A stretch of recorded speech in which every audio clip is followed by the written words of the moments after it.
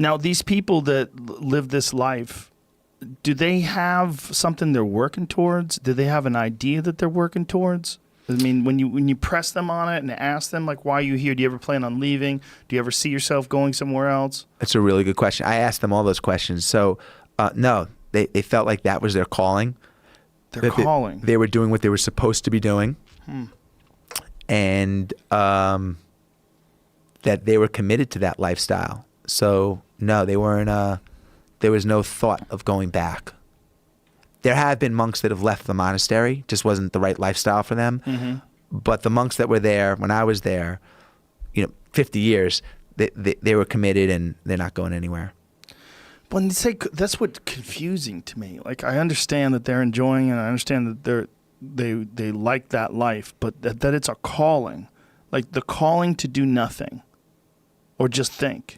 Maybe it's just sacrifice, serve God, live a life of purity. This is not right. I understand. I couldn't do it, but right. I think that's kind of the mindset around it, and step away from the regular life that they were living. What's interesting is that they weren't born into the monastery. Right. A lot of these guys made this decision in their 20s, 30s. So what were their jobs before they did it? All over the board, literally. One guy, one of the monks was a lifeguard as a teenager. Wow. Just all over the board. So, but regular jobs, just always felt connected to God and connected to this higher living a life, just, under these terms. Well, what's fascinating to me is that you're saying that they're so happy. Because if you get how many people were in this monastery? 8. And they're all male? Yes. 8 men. If you get 8 random men in their, what's the youngest age of the guys over there? 35. 35 up to 70ish. You get 8 random 35 to 70s and ask how many of them are happy. Actually, truly happy. Maybe 2, right? How many people do you think are happy? Well, they just did a study. There's a famous Harris study on happiness in this country. I think 67% of people are unhappy. That is fucked. Here I did this, Joe. This is a good test. Maybe you'll want to do this. I did this when I was speaking at an event for 500 Wall Street people recently, and it was fascinating. I'll take you through it. You can tell me if you're comfortable with it. But if you take all the areas of your life and put them in a blender, okay? So take where you live, your relationships, your finances, your health, everything. Put it in one fucking big blender and blend it up. And on a scale of 1 to 10, with a 10 being the Dalai Lama of happiness, and a 1 being a guy that's at a 0 being someone that's at rock bottom, what's your happiness number? Me? Yeah. I'm pretty fucking happy. Well, I don't know. I wouldn't do it that way. I definitely wouldn't give it a number. Okay. Because I feel like that you're making something, you're turning like a constant state of thinking and expression and consideration. You're turning it into a number. And I don't like that idea. I don't like that idea because I think it's a management issue. I think a lot of what happiness is a management issue, and decisions that you're making right now, like you could be in a shit state of mind right now, but you could make some decisions to adjust that, and over the next couple hours, you'll get to a much better place. And these constant management decisions, they waver in and out of your life on a daily basis. Like this idea that you could have a good mindset, and then all of a sudden you'll be happy. That's horseshit. Like it's like the tide. It comes in and it comes out. And there's going to be days where you're just not feeling so good physically, and that's going to affect the way your happiness level is. It's never static. It's never exactly the same. True. But if you looked at it overall at 30,000 feet and you had to give yourself a grade. Happy as fuck is what I would say. Okay. I'm pretty happy. Okay. So I'll take that. Most people in that room raised their, I said, if anyone is 7 and, for anyone that listening that wants to do it, raise your hand if you're, 7 or below. I don't want to put anyone on the spot. And majority of the room stood up. Right. Being a 7 and thinking, like 7's a pretty happy number. Mm-hmm. But a 7, if my son comes home with a 70 on a test, it's a C minus. Right. And all I'm saying is, what's interesting about the test though, if you do actually go through the process, for those that like go through and get a number in their head or whatever, or do want to give themselves a grade, Right. your brain automatically goes to a 10 and then subtracts the 2 or 3 things pop in that bring your happiness down. It's a great way to identify what's making you unhappy. And that, you know what I mean? Right. Like you started at 10, you're like, oh, fuck, my relationship or this or that. Usually it triggers an automatic, like, this is what's fucked up in my life response. Right. And it helps you identify. But it's interesting. We have benchmarks in so many things in our life. You have an IQ test. You have tax brackets to measure your wealth or financial statements. You have IQ tests, like I said. You can get on a scale to measure your weight. But you're right. Happiness is one of those things. It's like, how do you benchmark it? You know what I mean? It kind of fluctuates, and it's like hunger. I mean, it's something that's goes in and out. It's always there. But happy as fuck is a good answer. Yeah, but this is something I've cultivated for a long time and avoided things that make me unhappy and figured out what those things are and been very rigid about eliminating them from my life. And one of the big ones is eliminating interactions with people that are negative. That is gigantic. And because I've realized that I'm not really as independent as I used to like to think I was. I used to like to think that my thought process was independent and that I don't give a fuck what anybody thinks.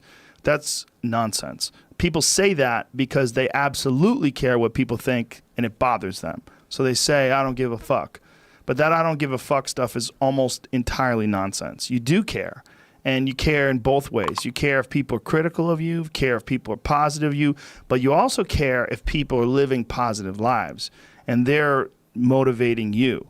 That's a big one. People are fuel, and other people, it's one of the reasons why I like talking to people, one of the reasons why I like to do podcasts, because I get a lot out of, like just talking to you about your time in the monastery or your push to get to that 100 miles. Like, you get energy out of people like that, and you think about this energy and you think about this inspiration when you're doing other things. And it also sets in your mind that when you meet these exceptional people that move you, like, what are the characters, what are the qualities that they have, what are the characteristics that they possess, and those things become significant and important to you. Whereas if you live around a bunch of people that are complaining and bitching about everything and they see the negative in everything and they're always whining, those people are the opposite of that. They're the opposite of inspiration, and they're mud. You're just like, "Whoa." It's like you're up to your ankles in mud. You try to trudge through life. It's difficult. You're not light. It's not pushing you. There's not a wind at your back. The wind's in your face, and it's rough, and over time, I've learned that these people, you're not going to fix them. I used to want to fix them when I was young. I used to want to go, hey man, I see what you're doing. Like, dude, don't do that anymore. Listen, just do this and stop doing that and start doing this. And if you just work towards this, you could be successful. And then a week later, the guy's doing the same shit. You're like, okay, right. I'm wasting a significant amount of my energy on someone who doesn't want to waste any of their energy on themselves. And so managing the community and the tribe that you're in, making sure that you're a good member of that tribe, that you're doing your part, and there's a lot of cynicism in these days about inspiration and about motivation because there's a lot of fake shit. You can go on Instagram and you see a million of these inspirational quote pages, and they're run by people that are probably depressed. You see a lot of people that are, talking about how to get ahead in life, but they're not really doing anything themselves. So there's a lot of cynicism involved in that. But there's also sincerity in it, and you can get, if you just look at it with a pure heart and a pure mind, you can get a lot of energy out of that.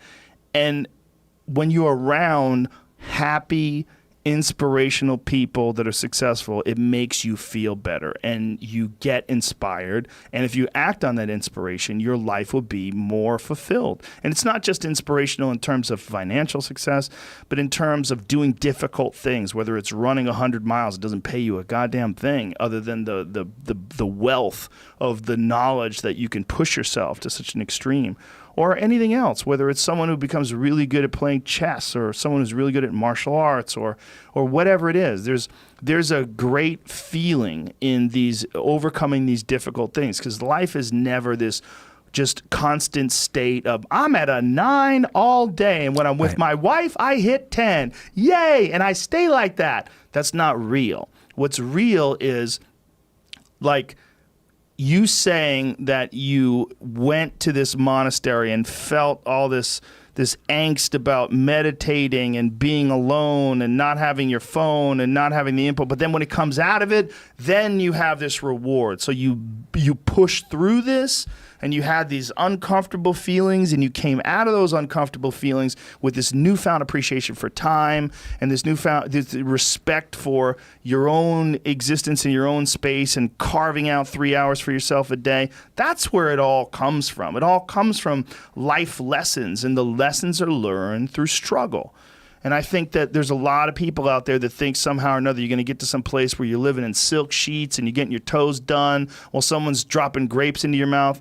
I don't want that. I've never wanted that. That guy's not going to be happy. He's going to be bored. An hour into the grapes, you're going to get those fucking grapes away from me. Stop painting my toes. What am I doing in this bed? I got to do something. I'm not stimulated. The human organism, the animal that we are, needs constant stimulation because it evolved trying to find food and escape enemies and find shelter, escape nature, escape the elements, try to survive. And this is the great joy that you have in taking care of your children, that you can protect your children from the elements and the enemies and feed them. And it's also the great sadness that you see in losers. When I see a loser, I see some guy who's 43 years old, lives in his parents' basement, and he fucking hates the world. I'm like, that was a baby.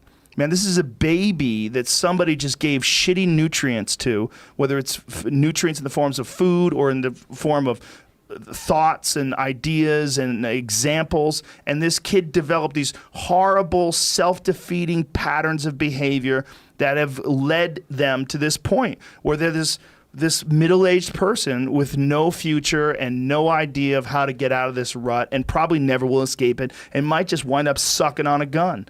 You know, I mean, this is the world that we live in today. And I think part of that world is because we have been fed this line of horseshit that you're supposed to seek comfort. And I don't think you are. I think you're supposed to seek lessons, and you're supposed to seek difficult tasks and accomplishments. And through those things and through doing things that are hard to do, even if it's just a fucking 90-minute hot yoga class.